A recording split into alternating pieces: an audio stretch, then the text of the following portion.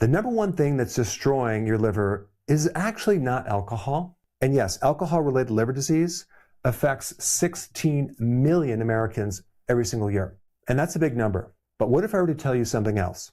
Something that people think is harmless that's currently causing chronic liver disease in 100 million people. Today, we're going to show you what that is. In fact, if you can guess what that is, please comment down below. And then I want to also cover the number one cause of acute liver failure, which is Tylenol. I'm going to get into that as well. But mainly, I'm going to focus on this one right here, which is a huge problem, and a lot of people are not aware of it. So let's first give you a little background on your liver. Your liver has over 500 functions. It's not a place where you store toxins. It takes a toxin or a poison and it turns it into something harmless through a whole series of actions. One of the most powerful compounds in the liver is called glutathione. Glutathione is your protection, your bodyguard. You also have another system of fat export. So this whole system keeps the fat out of the liver. But everything you eat, everything you breathe, everything you put on your skin eventually ends up in your blood and your liver. I mean, even the lotion that you put on your hand, in about a few minutes, it's like gone. Where do you think it goes? It gets absorbed, it's right in your bloodstream, ends up in the liver. So glutathione is one of the key things that helps neutralize some of these poisons. But the key is having enough of glutathione. I'm going to show you how to actually increase it if you're deficient. The fat export system is a very interesting system that will shuttle out this fat out of your liver and into the intestines. I'm also going to show you how to enhance that system as well, because having a fatty liver is not a good thing. So what is it that's causing chronic liver disease in 100 million Americans? Fructose. Now, before you say, well, that's just fruit sugar, it can't be that bad. Let me give you a little history.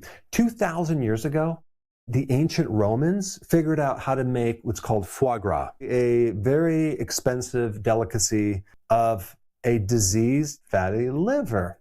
And how did they make it? Well, they force-fed geese dried dates. The way they do it now is they force-feed with corn and things like that. But back 2,000 years ago, they used dates, which happens to be the richest natural source of fructose. So they use fructose to manufacture fatty liver disease on purpose. And that's exactly what we're doing with our livers right now. But not with dates, with high fructose corn syrup in soda.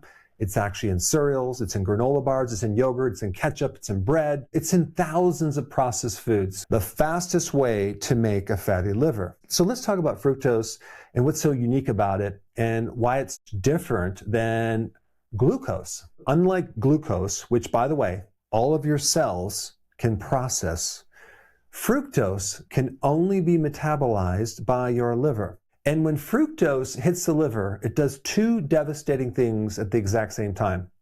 Number one, it activates fat accumulation. It's a fancy way of saying fructose is basically a fat-making machine in your liver. And number two, it will block the fat burning, okay? In other words, it turns off any ability to get rid of that fat. So you're making all this fat, but you can't get rid of the fat at the same time.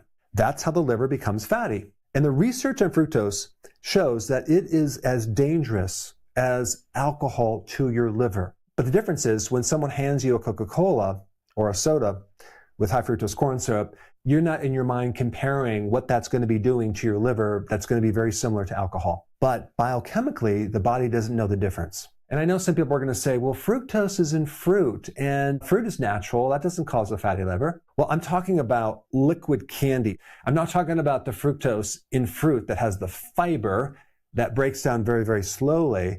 I'm talking about high fructose corn syrup in such large amounts that it overwhelms the liver. Now, what's really bad is 5 to 10% of children now have non-alcoholic fatty liver disease. And in obese children, 50% of them have a fatty liver. We're seeing children nowadays as young as 2 years old with fatty liver disease. Non-alcoholic fatty liver disease is now the most common cause of liver transplants in younger adults under 50 years old. It surpassed hepatitis C. These are not alcoholics. They're young people who are consuming too much fructose. So a lot of people ask me, what supplements do I recommend? Now, of course, I'm not biased of my own high-quality supplement line, but if you go to Amazon and type Dr. Berg supplements, you'll find more information. Now, I want to talk about acetaminophen, Tylenol. There's something you need to know about this.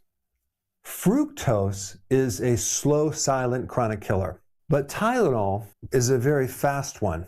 Tylenol is the #1 cause of acute liver failure in the US. Fructose is the most common cause of chronic liver disease. So this is slow, this is fast, because you can end up in the ICU in literally 72 hours. Now, of course, in small doses, it's not that damaging, but it's very easy to actually consume a lot of this. But before I get into that, let me just explain what this does to your liver.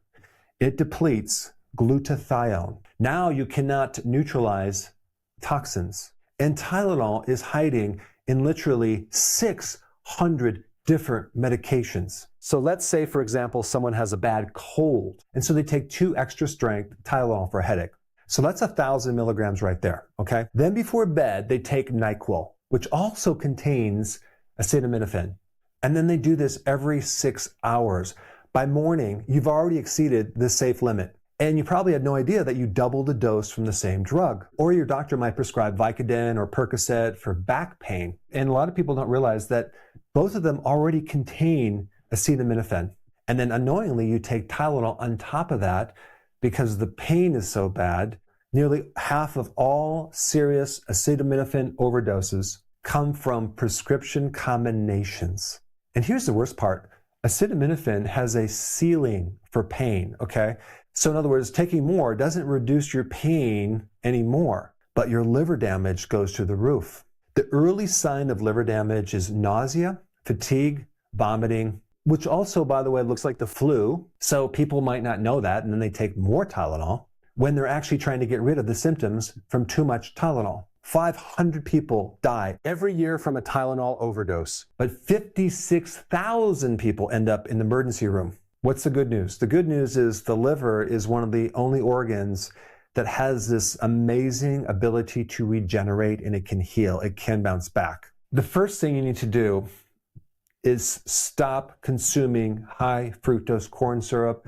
Stop consuming sugar in general, because even half of sugar is fructose. If you have children, only give them the fructose in fruit, the whole fruit, not the juice. Fruit juice is liquid candy, okay, with a lot of fructose, even if it doesn't have high fructose corn syrup in it. Choline is a really good remedy. And by the way, guess what has the most choline other than liver, which a lot of people don't like? Egg yolks have choline. Choline greatly helps the liver in transporting fat out of the liver. It prevents a fatty liver, and you can reverse a fatty liver by taking choline. The other remedy is something called NAC. This is something that emergency room doctors will use if people have overdosed with Tylenol. Why? What does it do? It increases glutathione. It puts back that bodyguard that was depleted. In fact, if I were you, if I had to take Tylenol for anything, I would get some NAC and I would take it at the same time. That way you can protect your liver. So NAC is not glutathione, but it actually gives the raw material for the liver to make glutathione. Another way that you can get glutathione is by consuming cruciferous vegetables like broccoli, Brussels sprouts. Also, the trace mineral selenium can also help make glutathione as well. Now that you know what destroys the liver, the next most important video is to learn what to eat for the liver, okay, to support a healthy liver. And for that information, check out this video right here.